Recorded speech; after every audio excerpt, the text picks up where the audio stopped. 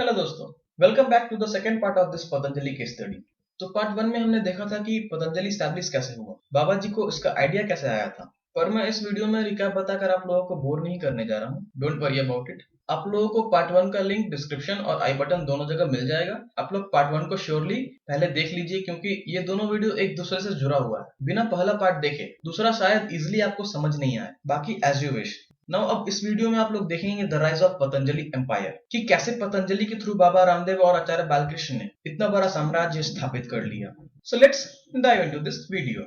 तो 2006 में पतंजलि स्थापित हो गया था और अब जरूरत थी तो इसको स्केल अप करने की। सो अब यहाँ काम आता है इन लोगों का विजनरी होना, क्योंकि बिना विजन के कोई भी कंपनी नहीं चल सकती। और ये बिल्कुल सही समय था अपने विजन को इस्तेमाल करने का, क्योंकि अब इस वक्त देश में एक स्मॉल स्केल पर ही सही पर इंडियंस के मन में यह बात बैठ रही थी कि ये जंक फूड या फास्ट फूड हमारे और हमारे बच्चों के लिए फायदेमंद नहीं है और हमें ये वेस्टर्न कल्चर के फूड हैबिट से दूरी बनाना चाहिए। और इसके लिए इंडियंस खुद भी प्रयास कर रहे थे, पर उनकी इच्छा शक्ति इतनी मजबूत नहीं थी कि वो अपने मन से लड़ सके। और बस इसी नब्ज को बाबा जी ने पकड़ा और आ गए सामने चारों तरफ से उन लोगों को जिताने के लिए जो अपने मन से लड़ रहे थे, और शुरू किया जबरदस्त कैंपेन वेस्टर्न कल्चर के खिलाफ अपने natural and herbal made in India product के दम पर। जहां लोग वेस्टर्न फूड्स की लत को छोड़ना चाह रहे थे, उसी वक्त बाबा जी उसका अल्टरनेटिव सुझाते हुए हर जगह दिख जाते थे और हर सुबह योग के थ्रू डायरेक्ट सबको कन्विंस करने लगे। और धीरे धीरे ये और इनका योग हर घर की कहानी बन गया। और यहाँ आता है लेसन नंबर 7। तो इस बार लेसन नंबर 7 में एक नहीं दो लेसन है। तो लेसन नंबर 7.1 है कि build a strong community before launching a brand. जैसे कि बाबा रामदेव ने किया, पहले देश भर में घूम घूम कर योग शिविर का आयोजन किया, संस्कार चैनल पर योग सिखाया और फिर आस्था चैनल पर आए और एक जबरदस्त कम्युनिटी बिल्ड कर दिया जो बिल्कुल इनकी तरह सोचता हो। Now lesson number 7.2 struck the hammer when the iron is red hot. ये मशहूर कहावत तो आप लोगों ने सुना ही होगा, और इन दोनों ने बिल्कुल ऐसा ही किया। इन्होंने अपना हथौड़ा तभी मारा जब लोगों के मन में वेस्टर्न फूड कल्चर को छोड़ने का लोहा एकदम गर्म होकर लाल हो चुका था, और लोगों के सामने तुरंत दूसरा विकल्प भी लाके खड़ा कर दिया कि अगर वो ये छोड़ते हैं तो उनके पास इससे हेल्दी और natural herbal food materials available है, और वो भी अपने खुद के देश का, जो उनको नुकसान नहीं बल्कि बहुत ज्यादा फायदा पहुंचाएगा क्योंकि ये हर्बल है। सो नाउ अब कंपनी और प्रोडक्ट दोनों थे इनके पास, और थोड़ा बहुत मार्केटिंग भी हो रहा था। पर इतने से कुछ नहीं होने जा रहा था, इन्हें जरूरत थी तो इससे भी कहीं ज्यादा स्ट्रॉन्ग मार्केटिंग और अवेयरनेस की। एंड फिर बनता है मार्केटिंग स्ट्रेटेजी, और क्योंकि बाबा जी का ऑलरेडी ह्यूज फैन बेस था तो इन्होंने इसे ही इस्तेमाल किया मार्केटिंग स्ट्रेटेजी का first and very strong weapon के रूप में। और इस मार्केटिंग स्ट्रेटेजी का सबसे पहला बार था आस्था चैनल को खरीदने का फैसला। इन्होंने सबसे पहले आस्था चैनल को ही खरीद लिया और फिर शुरू किया ओरिजिनल मार्केटिंग प्रोसेस, जो कि पहले बाबा जी सिर्फ एक पार्टिकुलर सुबह के टाइम स्लॉट में टीवी पे दिखते थे, वो अब पूरे दिन टीवी पे दिखने लगे और लोगों के प्रॉब्लम सॉल्व करने लगे, लाइव सेशंस करने लगे और साथ में प्रोडक्ट भी प्रमोट होने लगा। और धीरे धीरे ये सिलसिला और बड़ा होता गया, और फिर कुछ समय बाद तो 3 और ऐसे चैनल्स हो गए जो बाबा जी ओन करने लगे, और इन तीनों पर भी बाबा जी ही दिखने लगे। और क्योंकि बाबा जी ऑलरेडी सोशल एजेंडास पे एक्टिवली अपना राय दिया करते थे और वेलफेयर वर्क्स में भी एक्टिव रहते थे, तो इसलिए 2011 में ये एंटी करप्शन आंदोलन का भी हिस्सा बने और लोकपाल बिल को सपोर्ट किया। और फिर ये डिसीजन बाबा जी के लिए गोल्डन डिसीजन साबित हुआ, क्योंकि इसके बाद हर जगह सिर्फ बाबा जी ही बाबा जी थे। हर न्यूज चैनल पर, हर कॉलोनी, हर चौराहे पर बाबा जी की ही चर्चे थे। एक सेकंड भी ऐसा नहीं था कुछ दिनों तक कि जब बाबा जी ना दिखे हो टीवी पे कहीं भी। एंड ये था वो चीज जिसका इंतजार था पतंजलि को, और अब तो पतंजलि को बाबा जी के नाम से जाना जाने लगा। एंड इस पॉइंट को आगे और डेप्थ में मैं समझाने वाला हूँ। नाउ यहाँ आता है lesson number 8 that try to always be in news like Baba Ramdev and our मोटा भाई अंबानी। आप लोग देखते होंगे कि किस तरह ये लोग अक्सर न्यूज में बने ही रहते हैं, चाहे कारण कोई भी हो, और इसके कारण इनकी सेल्फ ब्रांडिंग और बढ़ती जाती है। पर आपको किसी भी कारणों से नहीं बल्कि सिर्फ अच्छे कारणों से न्यूज में बने रहने का प्रयास करना है, क्योंकि एज अ स्टार्टअप आप एक भी कंट्रोवर्सीज या एलिगेशंस अफोर्ड नहीं कर सकते हैं। Now coming back to the story. So marketing तो हो ही रहा था, और ऑलरेडी इन्होंने इसके लिए 2 टॉप एडवर्टाइजिंग एजेंसीज को हायर भी कर रखा था, और इसका प्रोडक्टिव आउटकम इन्हें मिल भी रहा था। पतंजलि का नेक्स्ट लेवल ग्रोथ ऑलरेडी हो रहा था।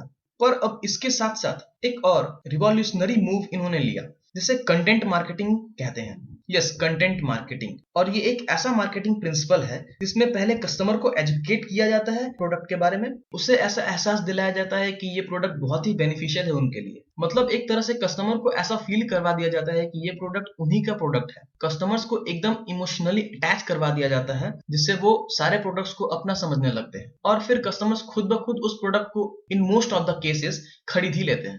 और अगर आप अभी भी नहीं समझे कि कंटेंट मार्केटिंग क्या होता है तो फिर आपको आचार्य बालकृष्ण तो जरूर याद होंगे, जो बाबा रामदेव के हर योगा सेशन के बाद टीवी पे आपको जड़ी बूटियों के बेनिफिट्स के बारे में बताते थे और उनके अलग अलग व्याधियों में, यही वर्ड यूज करते थे ना वो, इनके उपयोग के तरीके को बताते थे। और तो और साथ में इन बूटियों से घर पर ही दवाई कैसे बनाया जाए ये भी बता देते थे। साथ में इमोशनली अटैच होने के लिए ये भी बोलते थे कि ये जरूरी नहीं कि आप उनकी ही बनाई हुई उनकी कंपनी की प्रोडक्ट्स खरीदें, आप खुद घर पर इसे बना के उपयोग करें और फिर पूरा प्रोसेस ही बता दिया करते थे। अब याद आया कुछ? तो हाँ, बस यही होता है कंटेंट मार्केटिंग कि पहले एजुकेट करो और फ्री में कुछ वैल्यू प्रोवाइड करो और फिर कस्टमर्स खुद कन्विंस होकर आपके प्रोडक्ट्स को खरीदेंगे। और आप लोगों ने भी खरीदा ही होगा आचार्य से सुनने के बाद इनके प्रोडक्ट्स को, क्यों, है ना? और अगर एक बार भी आपने खरीदा है इनके प्रोडक्ट्स को तो फिर आप लोग ये बखूबी फील कर सकते हो कि आखिर कस्टमर्स कन्विंस कैसे होते हैं। मुझे इसकी कोई प्रूफ देने की जरूरत नहीं है। Now coming to the point, so अब कंटेंट मार्केटिंग ही सब कुछ नहीं होता है। वो कैसे, बताता हूँ।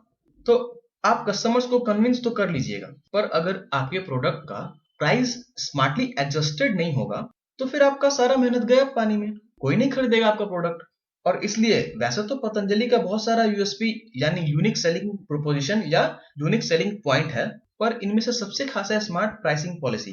क्योंकि बाबा जी ये जानते हैं कि अगर सामान का प्राइस सही नहीं रखा गया तो फिर हर घर तक पहुंचना नेक्स्ट टू इम्पॉसिबल हो जाएगा। क्योंकि इंडिया एक हाईली प्राइस सेंसिटिव मार्केट है और इसलिए पतंजलि के हर प्रोडक्ट का प्राइस मार्केट में अवेलेबल दूसरे ब्रांड के प्रोडक्ट्स के कंपैरिजन में अप्रोक्स 10 to 20% कम ही दिखेगा आपको। और इसलिए फिर कोई क्यों न ले एक ऐसा प्रोडक्ट जो नेचुरल एंड हर्बल हो और इंडियन हो एंड मोस्ट इंपॉर्टेंट जो कस्टमर्स के पॉकेट पे ज्यादा बोझ भी नहीं डालता। और बस इसलिए बिकते हैं पतंजलि के प्रोडक्ट्स क्योंकि बायर्स को quality, quantity, natural and Indian as well as value for money product सब कुछ एक ही जगह जो मिल जाता है ना।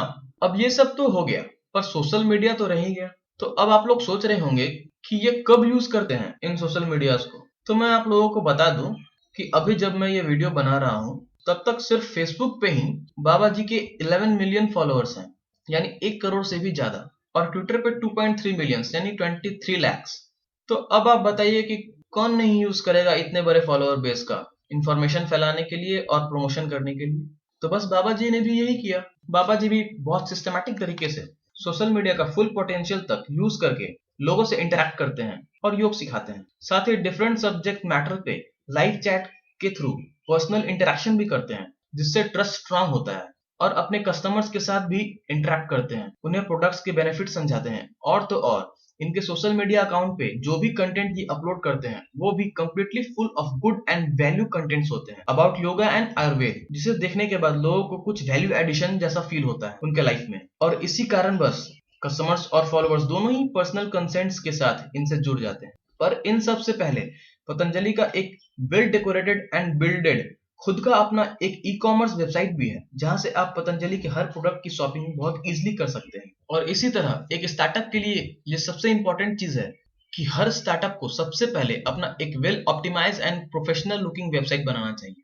खैर, नाउ अब टाइम आ गया लेसन नंबर 9 का। तो ये अब आप लोग मुझे कमेंट बॉक्स में बताइए कि क्या होगा लेसन नंबर 9। सो पहले आप लोग ट्राई कीजिए, फिर मैं इसका जवाब चैनल के इंस्टा अकाउंट पे दूंगा। ना अब मार्केटिंग और प्रमोशन तेजी से करना था तो इसके लिए एक ब्रांड एम्बेसडर भी नीडेड था। पर दिक्कत ये था कि कोई सेलिब्रिटी या स्पोर्ट पर्सन या ऐसा कोई भी व्यक्ति कंपनी के ऑर्गेनिक इमेज के साथ फिट नहीं बैठता, क्योंकि ब्रांड एम्बेसडर किसी भी कंपनी का चेहरा माना जाता है। और पतंजलि को एक ऐसा फेस चाहिए था जिसने खुद आयुर्वेद को अपनाया हो और इसे रियल लाइफ में प्रैक्टिस भी करता हो और साथ ही उसका एक ह्यूज फैन बेस भी हो। और इन सारे क्राइटेरिया में सिर्फ एक ही इंसान फिट बैठ रहा था उस वक्त, और वो थे स्वयं बाबा रामदेव।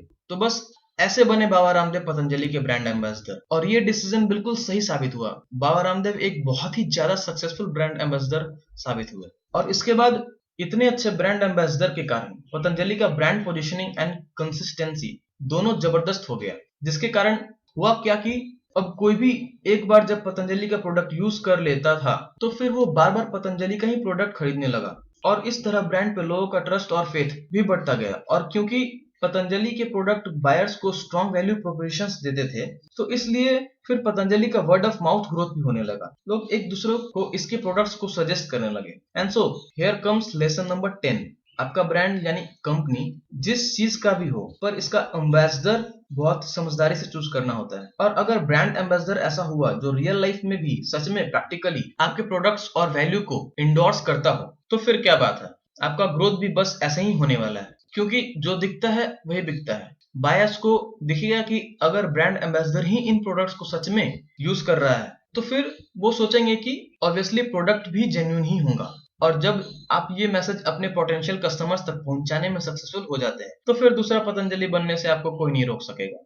नाउ तो ये था एकदम detailed case study on Patanjali. और अब आप लोग मुझे कमेंट बॉक्स में बताइए कि क्या ऐसा इतना डिटेल्ड केस स्टडी कोई बनाता है जिसमें आपको सिर्फ फैक्ट्स ही नहीं उन फैक्ट्स से मिलने वाले लेसन्स को भी इतना डीपली बताया गया हो और हर पार्टिकुलर कंपनी के जर्नी को एक स्टोरी के रूप में बताया गया हो जिससे आप सच में कुछ सीख सकें और उसको अपने लिए अप्लाई कर सके। And I don't think so कि ऐसा कुछ होता है एंड ऐसा केस स्टडी बनता हो। इट माइट बी बट अभी तक तो मुझे नहीं दिखा है। क्योंकि केस स्टडी का मतलब ये होता है जैसा मैंने आप लोगों को बताया वो नहीं कि जिसमें सिर्फ फैक्ट्स हो, क्योंकि फैक्ट्स तो हमें गूगल पे भी मिल जाएगा पर केस स्टडी में अगर मुझे कुछ सीखने को नहीं मिला तो फिर किस काम का वो case study. So I hope आप लोग समझ गए होंगे कि मैं क्या कहना चाहता हूँ। सो अगर ये वीडियो दिल से आप लोगों को अच्छा लगा हो तो प्लीज दिल से इस चैनल को सब्सक्राइब कर दीजिए एंड हमें सपोर्ट भी कीजिए इस वीडियो को लाइक एंड शेयर करके अपने लोगों के साथ ताकि उन्हें भी कुछ सीखने को मिल सके। और नेक्स्ट वीडियो का टॉपिक होगा आर्टिफिशियल इंटेलिजेंस बेस्ड स्टार्टअप के बारे में। So stay tuned with this channel और इसलिए सब्सक्राइब करके साथ में इस बेल आइकन को भी दबा दीजिए ताकि एआई वाले नेक्स्ट वीडियो का नोटिफिकेशन आपको भी मिल जाए। सो बहुत बहुत धन्यवाद आप लोगों का मुझे सपोर्ट करने के लिए और अपना कीमती वक्त मुझे देने के लिए। एंड सो मिलते हैं हम फिर से एआई वाले नेक्स्ट वीडियो में। धन्यवाद।